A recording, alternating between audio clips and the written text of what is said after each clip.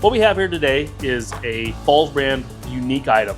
It's an item we move like crazy, and it's gonna bring you back to grandma's house, I would assume. If it's cold outside and you're looking for a comfort food, this is the kind of dish that you're gonna wanna make. So what it is a smoked pork shoulder. The beans, what we do, we will have to put the beans in a container.